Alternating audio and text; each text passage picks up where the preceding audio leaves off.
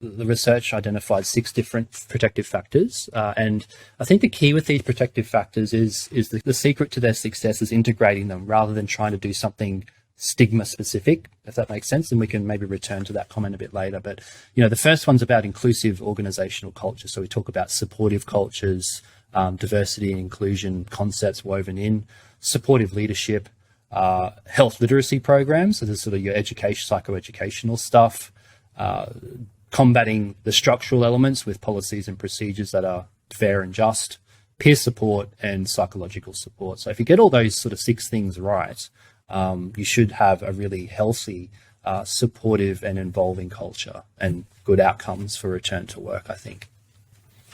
Yeah, did the research point to any one of those factors being more important than the others? Yeah, great point. I mean, the problem with the research, or the lack of it, is probably a better point, is that stigma is still, there's a bit of research on it, but it's mainly qualitative.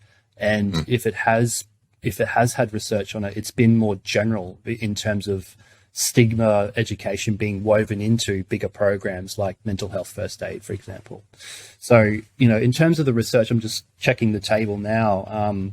We consulted academics and industry on this and did some background reading, and the health literacy and the formal policies and processes and the leadership seem to be the 3 magic ones.